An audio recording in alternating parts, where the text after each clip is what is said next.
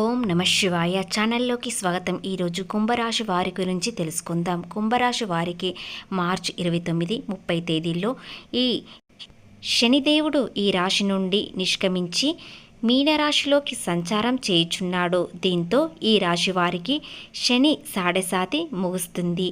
ఈ సమయంలో మీరు మునుపటి కంటే మెరుగైన ఫలితాలు ఏ విధంగా కలగబోతున్నాయి, మీ కష్టాలకు తగిన ఫలితం ఏ విధంగా వస్తుంది అనేవి పూర్తి గోచార ఫలితాలు తెలుసుకునే ముందు మా చిన్న రిక్వెస్ట్ ఏంటంటే, ఇంతకుముందు మా ఛానల్ని సబ్స్క్రైబ్ చేసుకొని వారు ఇప్పుడు సబ్స్క్రైబ్ చేసుకోండి.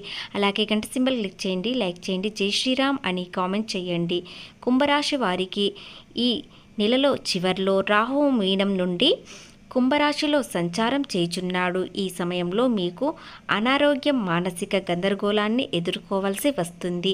ఈ సందర్భంగా అంటే ఉగాది తర్వాత కుంభరాశి వారిలో రాహువు, శని, ఇతర గ్రహాల ప్రభావం ఏ మేరకు పడనున్నది, ఆర్థిక పరంగా, ఉద్యోగపరంగా, వ్యాపారపరంగా, విద్య, ఆరోగ్యం ఎలాంటి ఫలితాలు రానున్నాయి అనేవి పూర్తి వివరాలు ఇప్పుడు మనము తెలుసుకుందాం. ఆర్థిక పరంగా చూసినట్లయితే ఈ 2 రోజుల్లో మెరుగైన ప్రయోజనాలు పొందుతారు.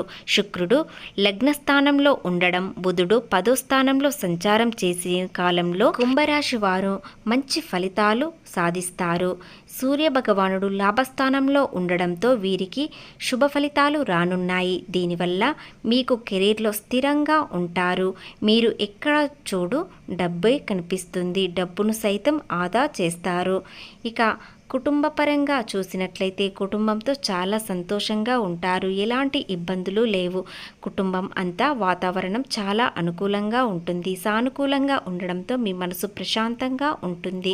ముఖ్యంగా వ్యాపారపరంగా చూసినట్లయితే ఈ 2 రోజుల తర్వాత వ్యాపారపరంగా చాలా అనుకూలంగా ఉంటుంది.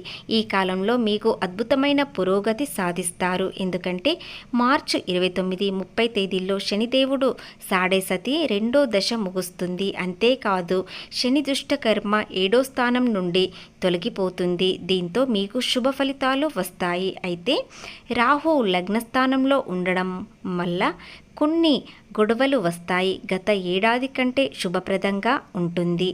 ఈ సంవత్సరంలో ఉగాది తర్వాత మార్చి 29 తర్వాత మీరు సహజంగా గౌరవం కూడా పొందుతారు. ఇక ఆరోగ్యపరంగా చూసినట్లయితే వీరికి ఆరోగ్యంలో చాలా జాగ్రత్త తీసుకోవాలి. మీకు ఏదైనా ఆరోగ్య సమస్య ఉంటే వెంటనే పరిష్కారం అనేది చూసుకోండి. వైద్యున్ని వెంటనే కలవండి. లేదంటే అనవసరంగా ఇబ్బందులు పడే అవకాశాలు ఉన్నాయి. సమయానికి ఆహారం తీసుకుంటూ బయట ఫుడ్ తినకుండా ఈ కాలంలో ఆహార అలవాట్లు కూడా మార్చుకోవాలి. యోగా, ధ్యానం అనేది చేయండి. దీనివల్ల మీకు అన్ని శుభవార్తలు అనేవి శుభ ఫలితాలు వస్తాయి. ఇక ఈ రాశి వారికి విద్యాపరంగా చూసినట్లయితే ఈ రోజు నుండి వీరికి అంతా శుభమే ఉంటుంది. ముఖ్యంగా ఈ సమయం మీకు చాలా అనుకూలంగా మారబోతుంది. మీరు పోటీ పరీక్షలు, ఇంటర్వ్యూలకు విజయం సాధించవచ్చు. ఉన్నత విద్య కోసం విదేశాలకు వెళ్ళే అవకాశాలు పొందుతారు. ముఖ్యంగా ఈ 2 నెలలు గడిచిన తర్వాత అంటే ఆగస్టు, అక్టోబర్ వరకు శుభప్రదం చాలా అనుకూలంగా ఉంటుంది. కాబట్టి విదేశీ ప్రయాణాలు లేదా విదేశాల్లో చదువుకోవాలనుకునేవారు ఈ 2-3 నెలల పాటు ప్రయత్నించండి. ఖచ్చితంగా విజయం సాధిస్తారు. ఇక వివాహం అయ్యేవారికి, వివాహం కాని వారికి ఏ విధంగా ఉంటుందో తెలుసుకుందాం. ఈ 2 రోజుల్లో శని, శుక్రుడు ప్రభావం ఎక్కువగా ఉండడం వల్ల ఈ సమయంలో వివాహ జీవితంలో మిశ్రమ ఫలితాలు పొందుతారు. ముఖ్యంగా మార్చి ముగింపు తర్వాత రాహు శని సంయోగం జరుగుతుంది. ఈ కలయిక మే 18 తేదీ వరకు ఉంటుంది. ఈ కాలంలో మీ వైవాహిక జీవితంలో సమస్యలు పెరిగే అవకాశాలు ఉన్నాయి. మీ ప్రేమ జీవితంలో సమస్యలు ఉండవచ్చు. మీ జీవిత భాగస్వామితో అనుబంధాన్ని కొనసాగించాలి. కాబట్టి శనిదేవునికి ఆవాల నూనె సమర్పించండి. అలాగే దీపం వెలిగించండి. హనుమాన్ చాలీస పఠించండి. శివలింగానికి రుద్రాభిషేకం చేయడం వల్ల మీకు శనిదోషం తొలగిపోయి కుటుంబంలో సంతోషంగా ఉంటారు. కుటుంబంలో అందరితో సంతోషంగానే ఉంటారు. కానీ మీ భాగస్వామితో మీకు కొన్ని సమస్యలు వస్తాయి. అది పెద్ద సమస్య కాదు, అపార్థాలు మాత్రమే. అవి తొలగిపోవడానికి ఈ పరిహారం చేయడం వలన ప్రేమలో కానీ మీ భాగస్వామితో కానీ ఎలాంటి ఇబ్బందులు లేకుండా ఉంటుంది. కాబట్టి తప్పకుండా ఈ పరిహారం చేయండి. మీకు వచ్చే సమస్య కూడా తొలగిపోతుంది లేదా చిన్నగా మారవచ్చు. ఈ రోజులు గతం కన్నా ఇప్పుడు మీకు అనేక సమస్యల నుండి బయటపడే అవకాశాలు లభిస్తాయి. అలాగే ఉద్యోగస్తుల కార్యాలయంలో మంచి గౌరవం అనేది పొందుతారు. ఈ ఏడాది వ్యాపార పరంగా ముందు ఉంటారు. అన్ని విషయాలకు పరిగణంలోకి తీసుకొని ఈ కాలంలో ప్రమాదకరమైన పనులకు దూరంగా ఉండండి. టెక్నాలజీకి సంబంధించిన పనులు వేగంగా పూర్తవుతాయి. గత ఏడాది కన్నా ఇప్పుడు చాలా అనుకూలంగా ఉంటుంది. శనీశ్వరుడు మీకు మంచి చేసి వెళ్తాడు.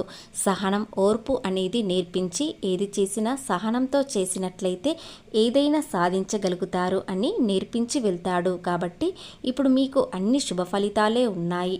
ఒక్క రాహు ప్రభావం మాత్రమే కొన్ని ఇబ్బందులు పెట్టవచ్చు. అది ప్రేమలోనైనా, మీరు వివాహం అయిన వారైతే మీ భాగస్వామితోనైనా కాస్త ఇబ్బందులు అనేవి వస్తాయి, కానీ త్వరలోనే సర్దుకుంటాయి.